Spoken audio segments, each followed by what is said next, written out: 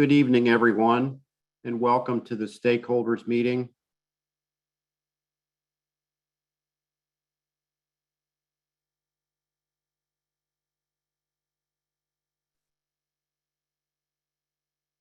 Good evening, everyone.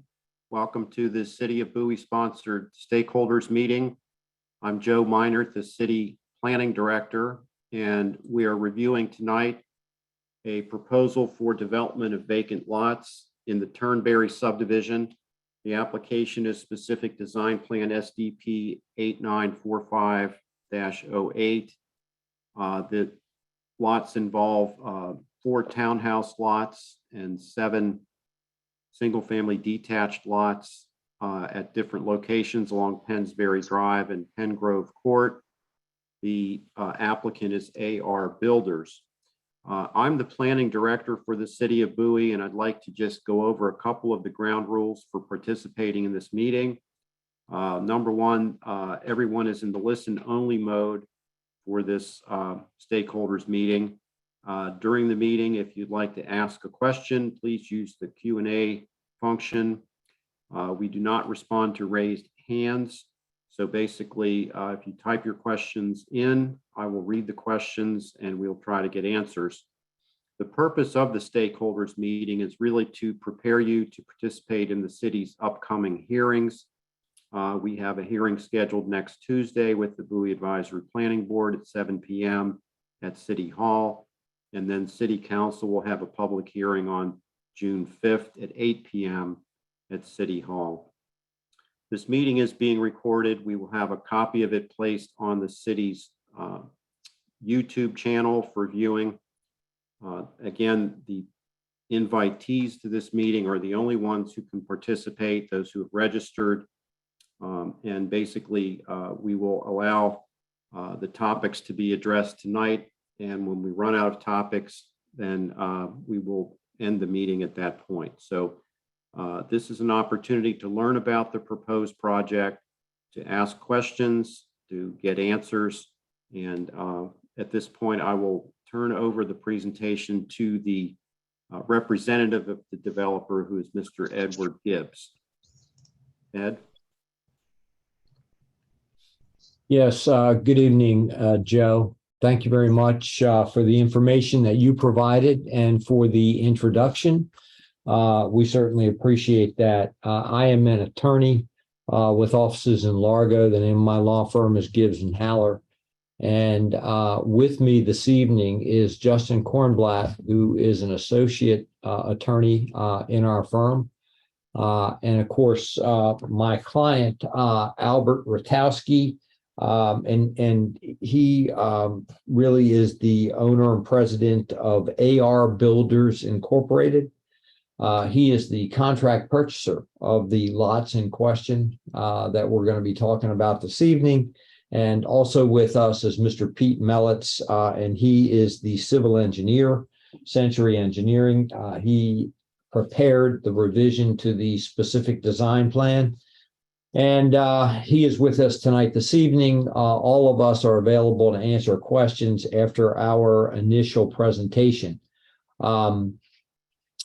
You know, I can remember back in approximately 1985 when Ternberry was first being developed. At that point, it was called the National Research Home Park. And it was supposed to be the site of innovative design and development of residential homes within a community. And the property was in a comprehensive design zone. It was zoned RS. And in a comprehensive design zone, you have to file and obtain approval of a comprehensive design plan, then a preliminary subdivision plan, then a specific design plan, which is essentially a detailed site plan, and then finally approval and recordation of final plats of subdivision. So the National Research Home Park and the Home Builders Association were developing in 1985. And in approximately 1988, a very successful and highly respected builder and developer, William L. Berry Company, got involved in the project and took over a lot of the construction effort. And again, that was in around 1988. So a comprehensive design plan was approved for the entire community. A preliminary subdivision plan was approved for the entire community.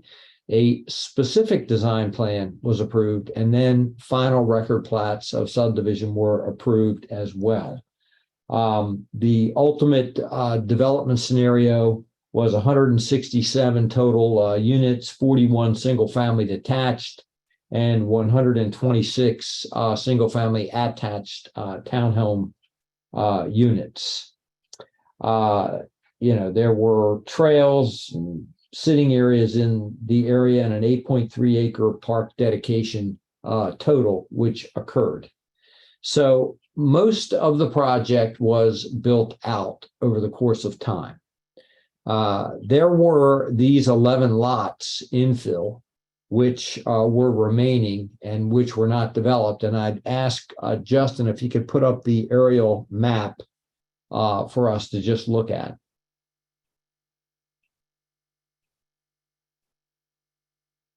There we go. So, excuse me, Central Avenue is running in an east-west direction along the bottom of that aerial photograph, and US 301, you can just see it in the lower right-hand corner, running north-south along the eastern boundary of the community. And the community itself, you can see in the aerial photograph. So coming off of Central Avenue on Ternberry Drive, all of the 11 lots are on the right-hand side of Ternberry Drive. So the first lot that you see on the right-hand side, that is a infill lot for a single-family dwelling, one single-family dwelling. And then as you progress up Ternberry Drive, the next area outlined in red is an area for 4 residential townhomes. And then as you go a little bit further, right there are 6 additional single-family detached lots, as is noted in the introduction. Those have frontage, of course, on Ternberry Drive and Penn Grove Court, the circle that you see there running along the right-hand edge of those 6 lots. So those are the lots. They went through all of the processes and are actually the subject of recorded record plats. They are platted lots ready to be built on. However, we needed to do a revision to the specific design plan or the detailed site plan. And that is what we have filed. We don't have to go through a subdivision process at all. We don't have to go through a comprehensive design revision.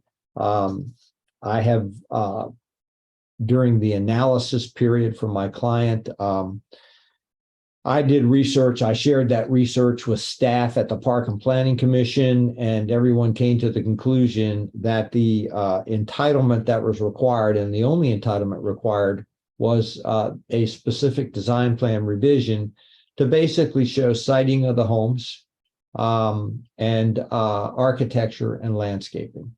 And so we have filed that application with the Maryland National Capital Park and Planning Commission, and it has been accepted. We had what's called SDRC committee just a couple of weeks ago. That's Subdivision and Development Review Committee. We had that. We received some comments, some very minor comments. The biggest comments that we received were on the architecture that was being proposed. And so we have recently revised the architecture and sent that in. We actually sent that in to Park and Planning today, and we sent copies of that revised architecture to Mr. Minor today as well. And I'm going to put that up in just a second. I guess the only other thing I wanted to say before we get to that in review is that I don't actually have the date, but it was months ago. I reached out to the board of directors of your HOA, and we had a meeting of the board where we pretty much laid out this same proposal. We had not yet filed any application with the Park and Planning Commission, but we did go over what the proposal was going to be. And of course, this is, a follow-up process to that. We'll have the stakeholders meeting, which we're doing tonight, and next week is the advisory planning board. And then a little bit after that is the hearing before the mayor and city council. The Park and Planning Commission at this point is proposing that the planning board hearing will occur sometime in July, and I have a proposed date that I can share with you.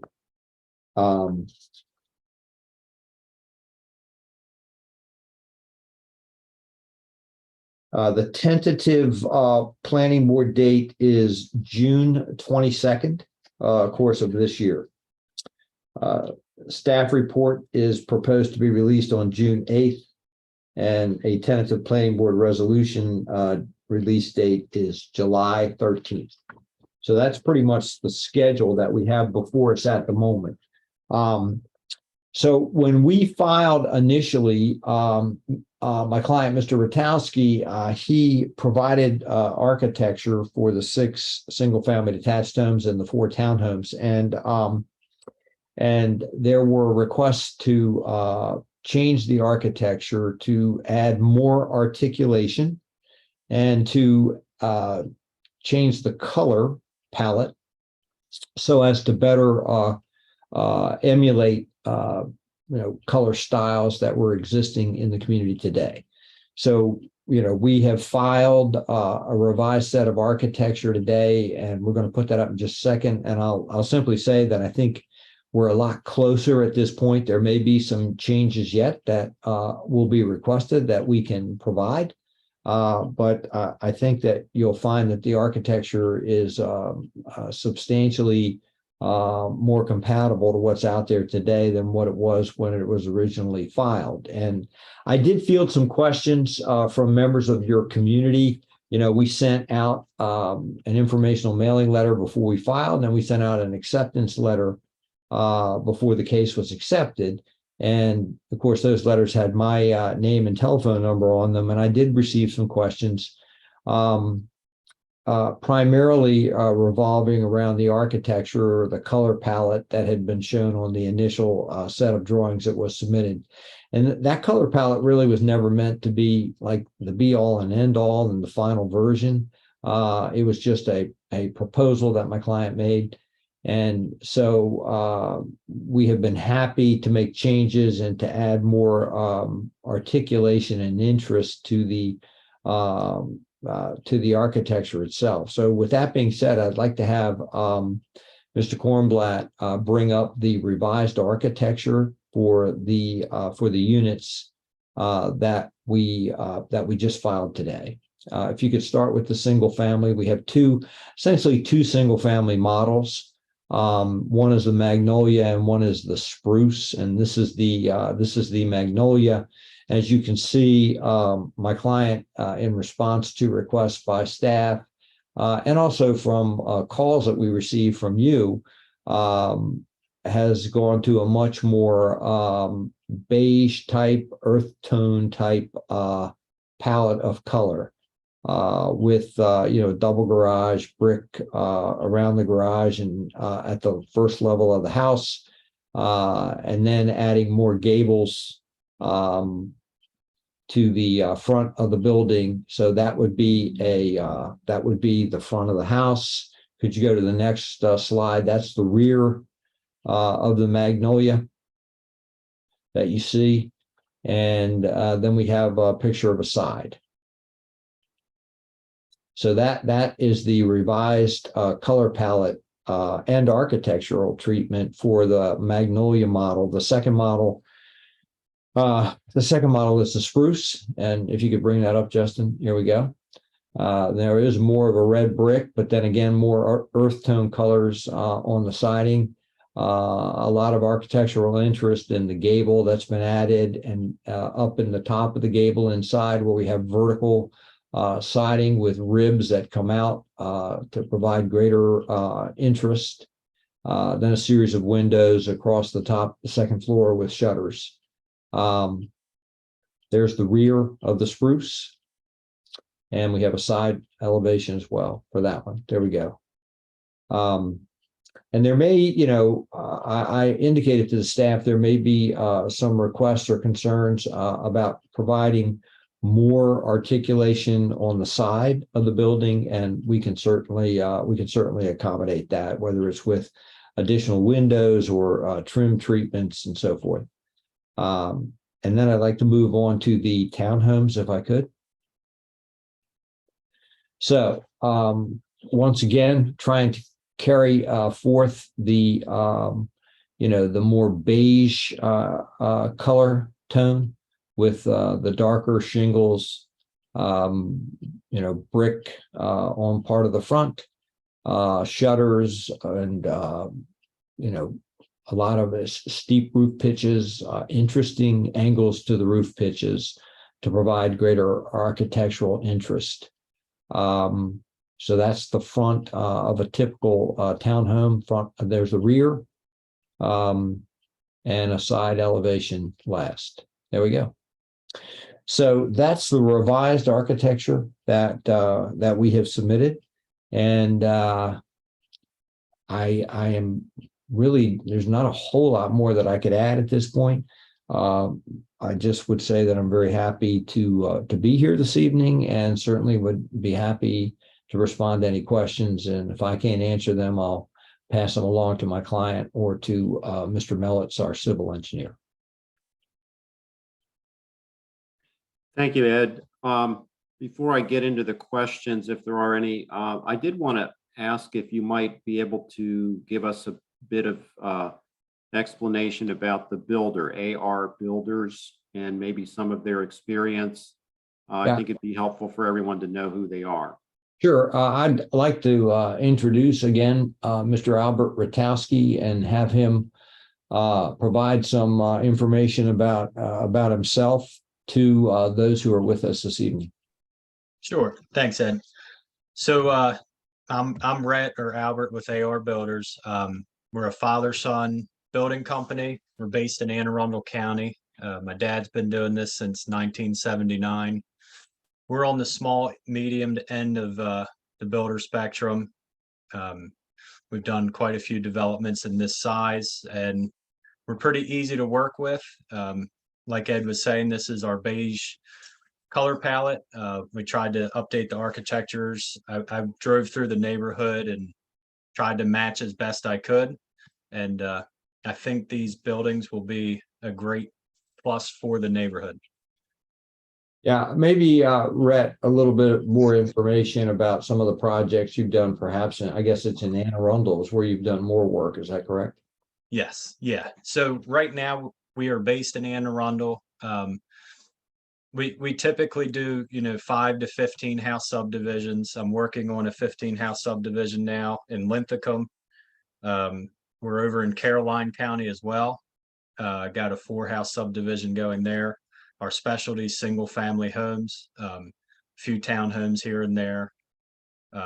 We've built these models here, the Magnolia and Spruce, probably 100 times. They turn out well. They're great middle to high end homes. Great for the family, nice sized bedrooms. So I think it really is going to fit the neighborhood well. Okay. And Joe and those listening, I'm sure that Mr. Ratowski would be happy to provide the names of some projects that they built if anyone would like to go out and look at them. Okay, great. Thank you for that additional background. What I'd like to do is move into the question and answer part of the meeting. Again, I'm Joe Minor. I'm the City of Bowie Planning Director. And the way that we operate these meetings is basically having participants type their questions into the Q&A function. And then I would read the questions, and either I or the developer, depending on who can best answer it, will try to get an answer to you. And if there's something we can't answer, we'll certainly try to follow up and get that for our public hearing opportunities. And so I wanted to just again reiterate what a stakeholders meeting is while you're thinking of your questions. The city council set this process up probably 10 years ago for any new development that comes into the city. And the goal is to try to let people participate and understand what is being proposed, what the process is, where we are in the approval process. And, it's proven to be very valuable in terms of people not only getting their questions answered and being prepared to participate in the hearings, but also the developer is able to respond and think about some of the things that come up as a result of these meetings. And so I would encourage you, if you have questions that you would like to have answered tonight, just type your questions in and I will read them. At this point, I only see one question, and I'll go ahead and read that one. This is for the developer. What are the square footages of the homes and how many floors to the buildings? Sure. Right. Yeah, so our Magnolia model comes in around 2,400 square feet. It's 2 stories with a basement.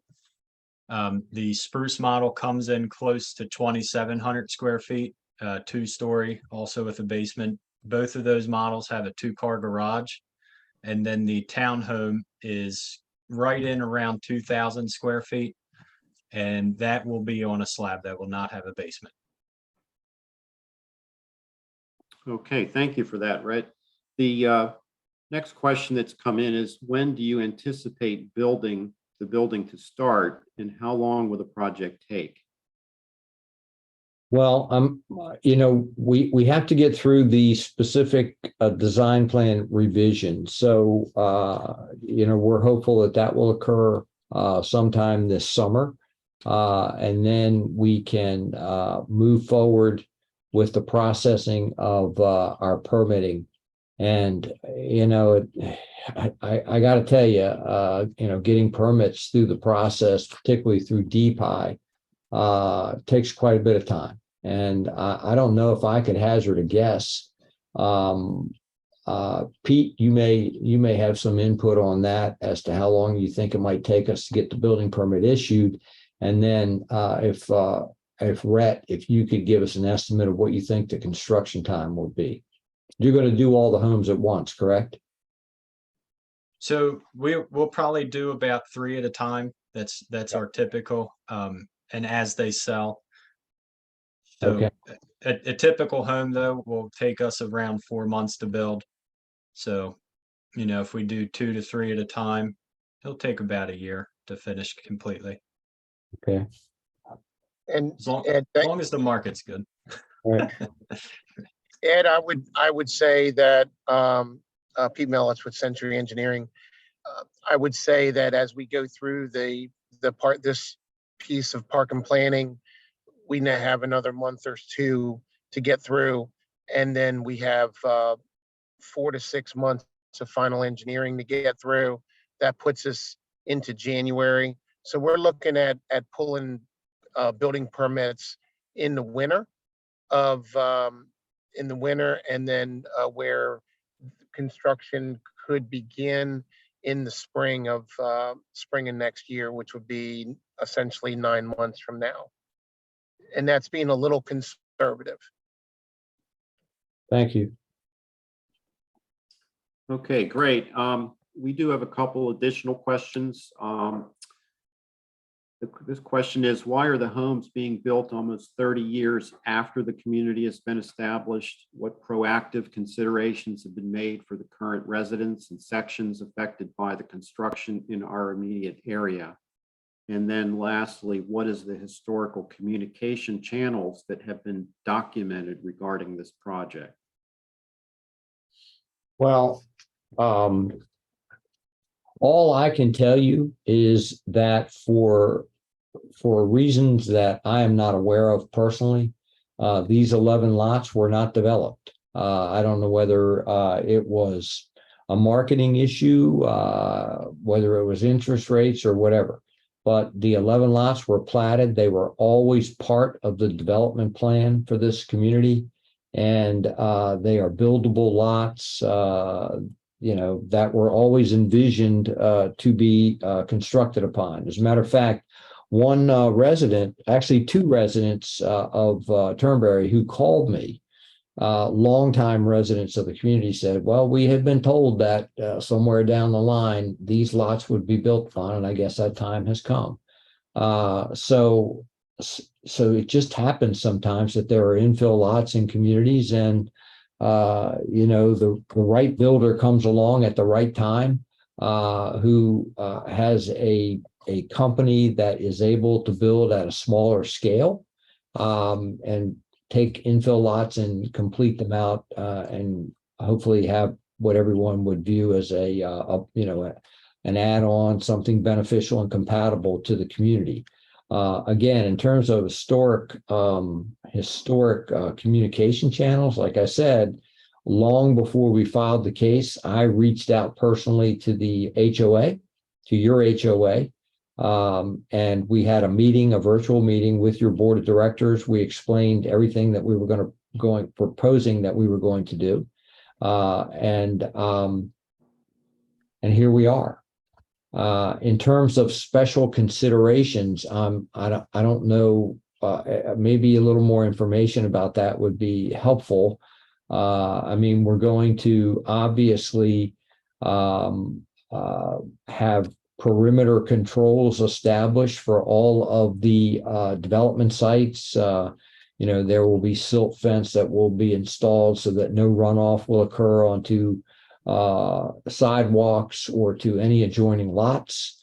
And of course, there are express times, before work can start, in the morning, or how late it can go in the evening, which will be, in all likelihood, I mean, there are typically regulations in effect specifying what time construction work on a residential unit can commence in the morning and how late it can go in the afternoon. It's usually normally I think it's like 7 a.m. until 5 p.m.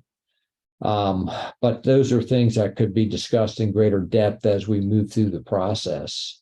Beyond that, if you had any specific ideas that you were thinking about relative to protections for the community during the construction process, certainly would love to hear them. Thank you, Ed. And yeah, I think that question does kind of go to, whether the construction or the developer, when he builds, whether he's going to be a good neighbor to the community. And, a lot of times you see things like, mud on the street and different things like that. One question was just about, would there be any kinds of barriers or fencing put up? You mentioned the silt fence. Sure. So I think, right, I think the community, because it's an infill development, would be looking for some additional consideration from the builder as the homes are being built at that time. So the particular question the next person is asked is, will fencing be installed to block the construction from the current homes? And so that might be something you all need to think more about, but the silt fencing is one part of the answer. But is there any other thoughts that you might have regarding something that would be put up to block the construction from the homes? Is this a reference to perhaps blocking visual of the home? Are you talking about a site type fence 6 feet high that would be temporary in nature? I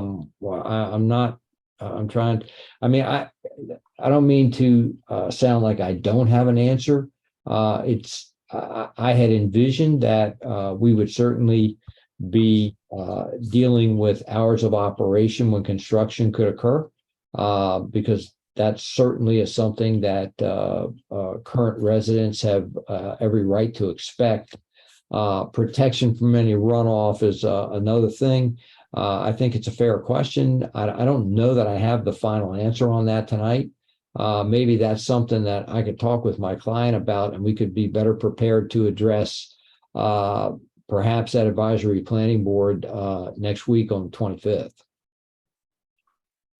Okay, yeah, that's something to continue to think about, I think, as we move forward.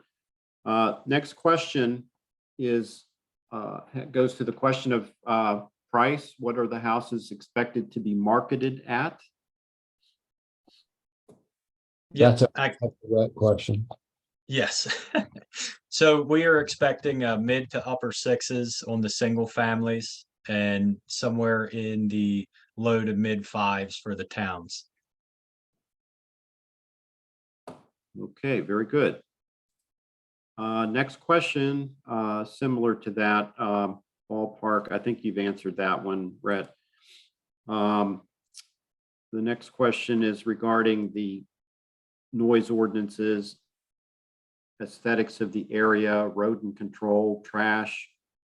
I think the person who asked the question is going to continue to be observant of those things and be active as the site develops. So I think it's something that will be an ongoing concern and something we, I guess, like I mentioned earlier, probably want to think about what you can do to be a good neighbor to the people that are immediately impacted by the construction.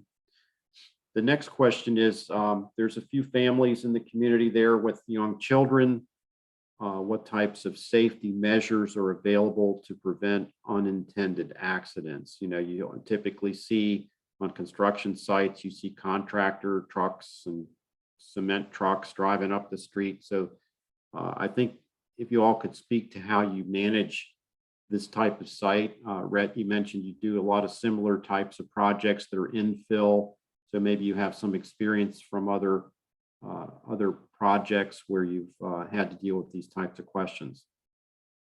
Yeah, so like Ed had mentioned, typically our sites are all wrapped with silt fence. That's a safeguard. And we put up signs, of caution. And when we have a hole open, typically we'll put caution tape in front of the site entrance. That way everybody knows, there's danger ahead. And one of the main things is keeping the site clean, for kids if they ride their bikes by or whatever. We try to always have the road swept and clean at the end of the day.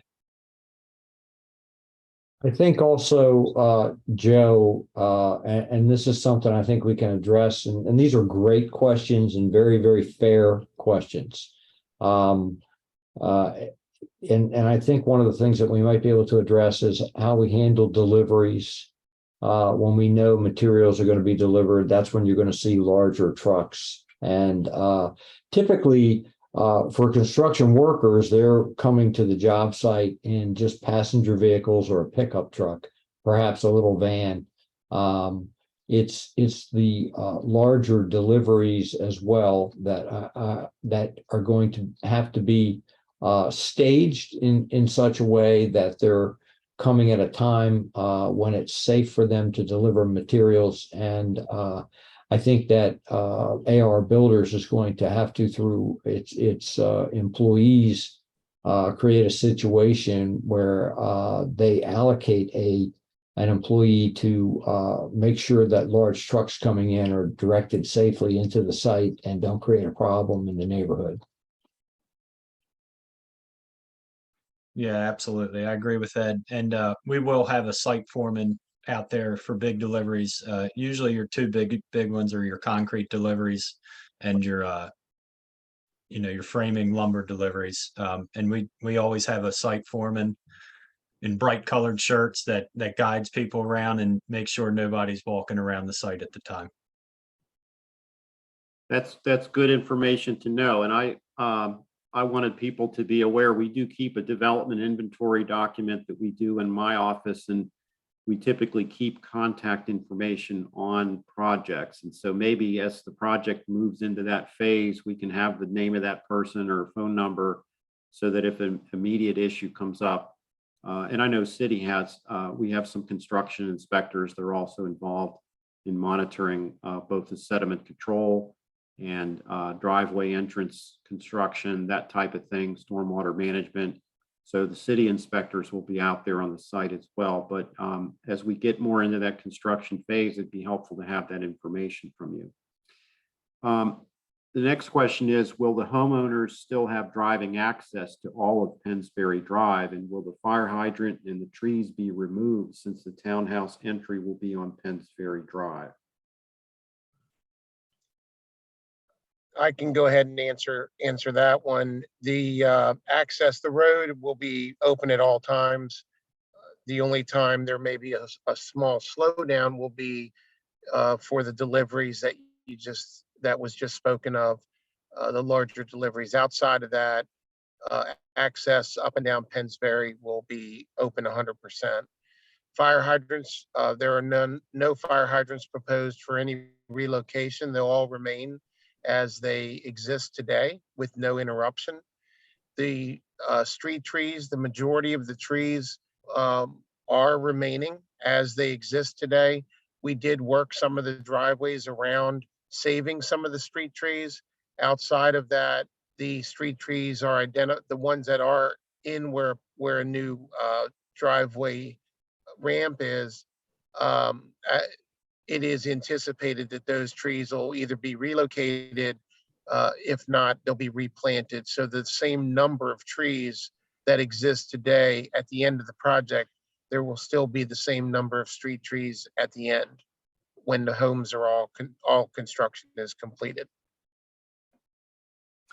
Okay, thank you for that answer, Pete. There are a few questions that are being asked now about the townhome area specifically, and I'd like to just get down to the one that talks about the relationship of the townhouses to Ternberry Drive. And the question is, will the front of the houses face Ternberry Drive?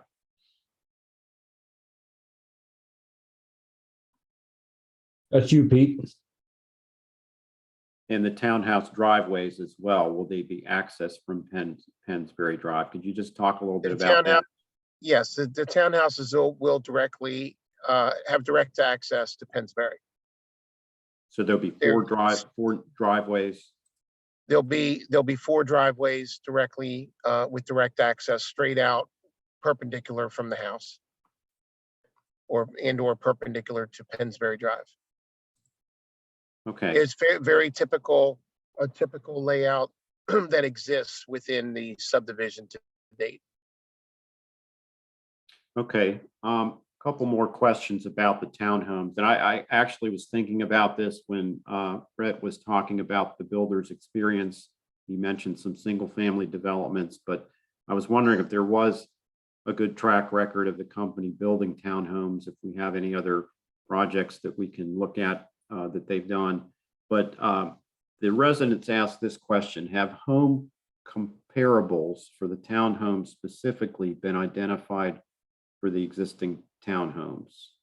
The values don't mirror the current almost townhouse floor plans. Also, will current guest parking spaces be affected?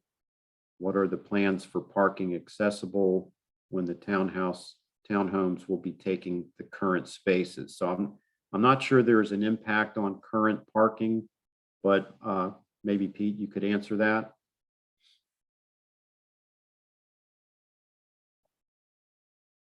As far as guest parking, it would be it would be along the curb, just like any other guest parking for any of the other existing homes. Each of the single family homes, as was noted, has 2 garages, and then in addition to that, there's 2 outside spaces. So there will be the ability to park 4 cars on their lot, and then any other visitors would park along the curb, just like any of the other homes in the development. As far as the townhomes go, you'd be able to park 2, one in the garage, one on the pad outside, and then along the curb for any other visitors. The intent is that these homes are, as they are an infill, they're going to fit in and operate just like the homes that exist today. The goal is where they drop in and don't stand out. They mesh within the rest of the development. And Pete, could you explain exactly where those 4 townhouse units are? There's a side road that goes back to the other townhouses. I can't remember the name of that street, but it's right there at that corner. Yeah, this where the property Justin, lies. Could you bring up that aerial again, Justin? Yeah, these townhomes will exit onto Ternberry. not into the existing cul-de-sac. Justin, can you bring up the aerial photograph again that shows where the towns are located? Yes. Yeah, I believe there was a driveway coming off of that side street to the end unit. There's There's a driveway entrance for that single family lot on the far left. The townhomes are the center red rectangle, and they will exit directly onto Ternberry. To the far left, the single family, you are correct. There is an apron, a driveway apron currently exists there today. And our intention is to utilize that driveway apron. The other 6 lots, single family lots to the far right, there are no aprons to date. Driveway aprons. Joe, are you referring to what looks like a little driveway next to the units that are, as you look, yeah, right there. Is that what you're referring to? Right, I called that the side street. It's got a name and I just can't recall the name. Yeah, That's essentially an alleyway. For a lack of other terms, it's an alley access to those townhomes that you see to the left of that street that you're referring to as a street. We're not accessing that. We're not extending it. We're not making any connection to that street or road in any way. Okay, next question had to do with during the construction process, once this digging begins, there may be mice or other rodents. Is there anything that the builder will do to minimize that impact? So we've never typically had a rodent issue when digging. If one does come up, we will certainly take care of it. Okay. Next question is about whether there is a way to revise the design to add to the distinct characteristics of the current homes. And I know that you've attempted to do that with the colors and some of the roof pitch changes that you've done since the original architecture. But this resident is asking if there's a way to revise the design to add maybe more distinct characteristics than what you've shown us tonight. Perhaps, I guess we'd be interested in hearing what types of other design characteristics are being thought of. Ed, does this plan have to be approved by the homeowners association for architectural review? You know what, I don't have an answer for that, Joe. I don't. Okay, well, that might be something down the road that is part of the answer, is that whatever the HOA is willing to approve, if that is the case. Okay, so I think that answers that question, but I would encourage the resident to come to the city's hearings, and we may have another opportunity to look at the drawings, and if there are certain specific suggestions that the residents want to make, that would be a good opportunity to do that. Right, and I would encourage the person who raised the issue and made this question, if you could contact me, this is Ed Gibbs speaking, if you could contact me and perhaps give me some of the details you were thinking about, I could pass them along to my client.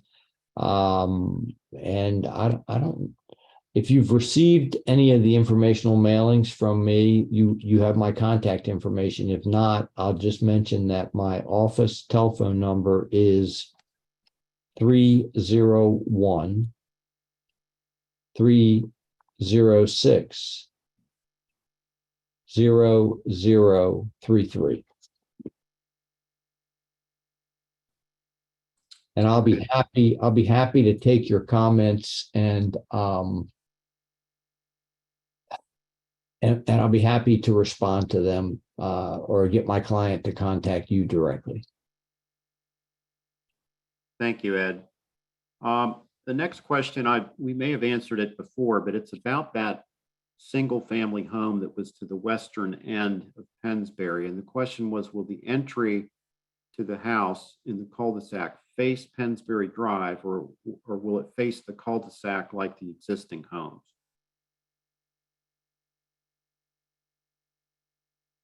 You're muted, Pete.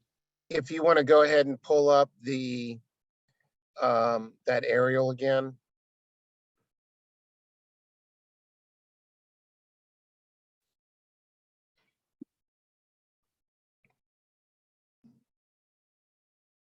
So that,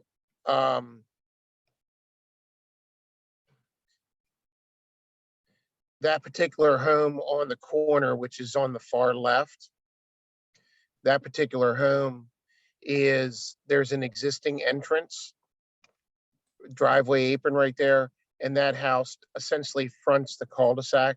It does not front out onto Ternberry. Now, one thing I did want to make a clarification on when I just spoke about the townhomes, and I do want to correct something. The road that you were referring to, and I was looking at something separate, is called Pasadena. Is that the one you were thinking of? It's called Pasadena Place. Yes. Pasadena Place, the through the right and the two center townhomes exit directly onto Ternberry, as we were speaking of, and come straight out. The last townhome adjacent to Pasadena Place does the driveway. We did originally have it coming out, and in some of our comments, it was too tight to run that driveway straight out to Ternberry, and we did just recently make an adjustment where that last townhome does angle and come out on the end of Pasadena Place. So I do want to correct what I said there. So the three townhomes, two center and the right, go out to Ternberry, whereas the left one does angle and come out onto Pasadena Place. Apologize for that. The house, single family house, as we were just speaking of, does face the cul-de-sac, and we're utilizing that existing apron that's there today, driveway apron. Okay, thanks for the clarification, Pete. And I know the site plan does show on that single family home down on the western end of the property. It shows the house facing the cul-de-sac, and there's a substantial amount of landscaping along Ternberry. Yes. As I recall. Yes. Okay. Next question is just kind of going back to what we had talked about with guest parking. Could you elaborate more on the guest parking? Currently, there's parking for at least 10 to 12 cars around the back of the lots proposed for the townhomes. And so what you're referring to as an alleyway is a street that existing townhomes are using. That would be that Pasadena Place. Yeah. So if people are coming to the new townhomes, where are they going? Where are the guests going to park? They would park along Ternberry, along the curb line, directly across. And if you, I think you have the aerial up, you can see that directly across from the proposed townhouses, the opposite side of the street, there are no houses there. So it's all grass in that open area. So the curb line that exists, guests would be able to park along the curb line on the opposite side of the street. They would not be blocking any driveways or anything like that.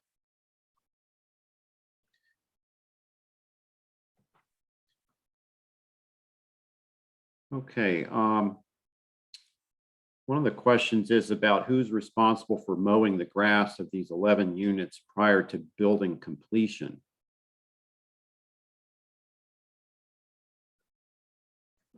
That would be me.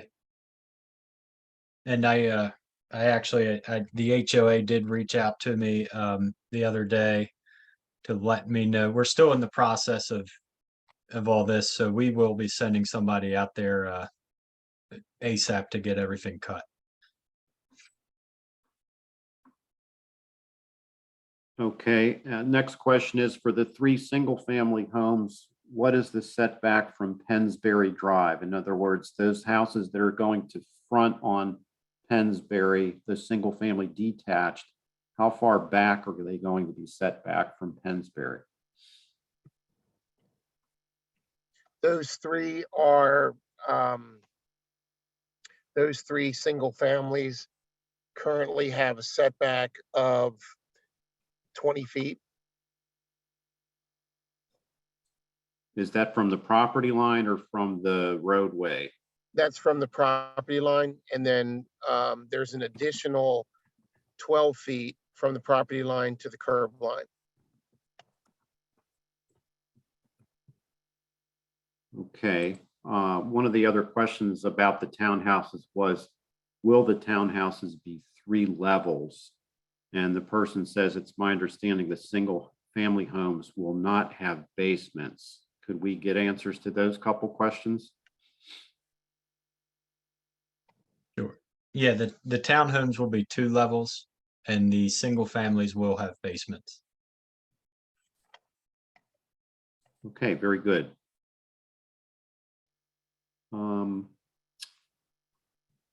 Looking for different questions. One of the things about these stakeholder meetings is that when we start repeating the same things, same topics over and over, we kind of, you're beating a dead horse. And so we're looking for different topics, different questions that haven't been asked. So this question, will current residents on Pasadena Place be hindered during the construction process? So maybe you could elaborate, Rhett, on maybe the plan to get those townhouses built and where they would be serviced from, with whether there be any access to or impact on Pasadena Place. Sure. Yeah. So the townhomes, they will all go up at once. When we build those, most of our access will be off of the main street there. I don't see us utilizing Pasadena Place or hindering it at all. So you won't use Pasadena Place at all? That's your expectation? We wouldn't expect to. I mean, a truck or two might have to turn around there here and there if they're having trouble with a fit, but for the most part, we will be on Ternberry. Okay, thank you. Okay, I'm looking for additional questions that haven't been asked yet. So far, we have talked a lot about, just the access during construction. We talked about the units themselves, the prices of the units.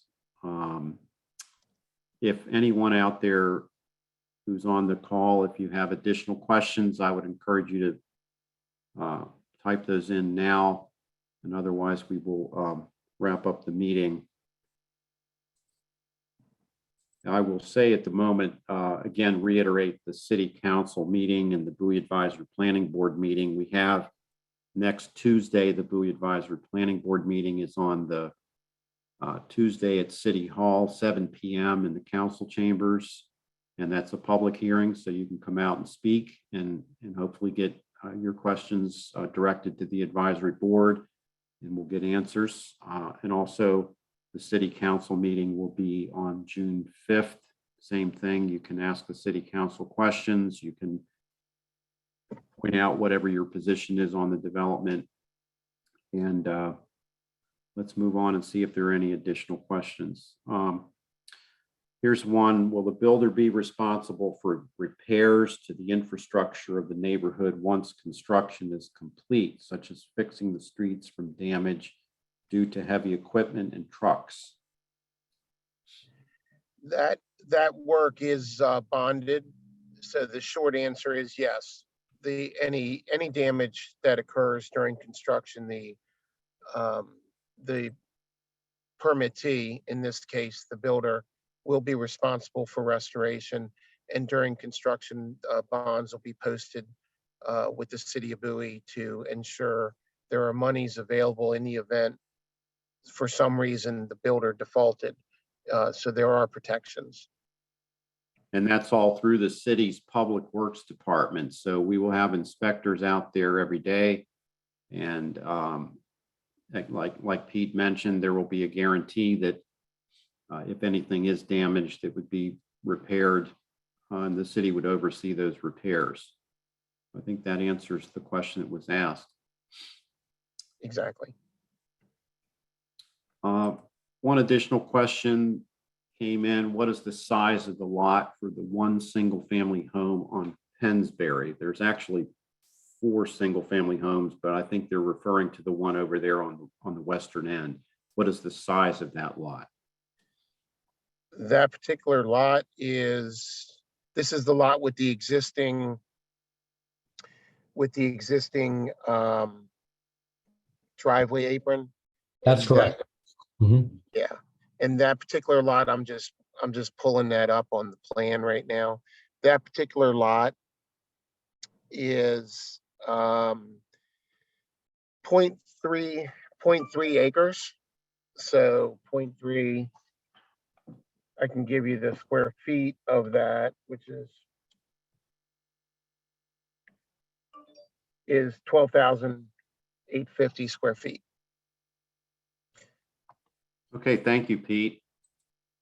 And one thing I did want to just mention, Joe, is on those setbacks, when you look at the site plan, and that site plan will be out there, those setbacks I gave you are minimum numbers. Some of the houses, because we're on a curve, you're going to see the setback can increase to 30 feet plus that right-of-way dimension that varies between 12 and 14 feet along Ternberry Drive. And it depends which road you're on. It can vary from 12 to 14. So when I gave you those setbacks, I gave you the minimum. In some cases, the houses are set back a little more because we're on a curve. So just as a footnote, when I gave you those numbers. Okay, that's great. Thank you for the clarification, Pete. Okay, at this time, I don't see any more questions. I'd like to allow the applicant here to wrap up and just make some final statements. Go ahead, Ed. Yes, thank you, Joe. I really would like to thank everyone who took the time to come in tonight virtually to listen to us. I think the questions were, quite frankly, outstanding. I think some of the questions we need to give further answers to when we go before the advisory planning board. So we'll be working on that. And in particular, in that regard, I think it's it's very important that my client ensure the safety of the existing residents of the community during the construction process. And also does everything possible to minimize just the intrusion of having some ongoing construction in your neighborhood when you're living in your home. So we'll in terms of things like fencing, rodent control, we will have some further items to mention about that when we come before the advisory planning board next week. And once again, whoever the person was that asked about further unique design features, if you can reach out to me, I'll try to get the information you're seeking in terms of what more you'd like to see and bring it right back to my client. So once again, thanks everyone for your time and attention. We very much appreciated the opportunity to hear your comments and your concerns. Thank you. Thank you, Ed, and thank you for bringing the team out and being able to answer all of these great questions. I'd just like to conclude the meeting and by thanking everyone for attending. It was a very good meeting. We did exchange a lot of good information, and hopefully you will participate in the upcoming city hearings next Tuesday and Monday, June 5th. So I'd like to wish everyone a good evening, and thank you very much for participating. Have a nice evening. Thank you, Joe. Thanks, everyone. Good night. So long. Bye.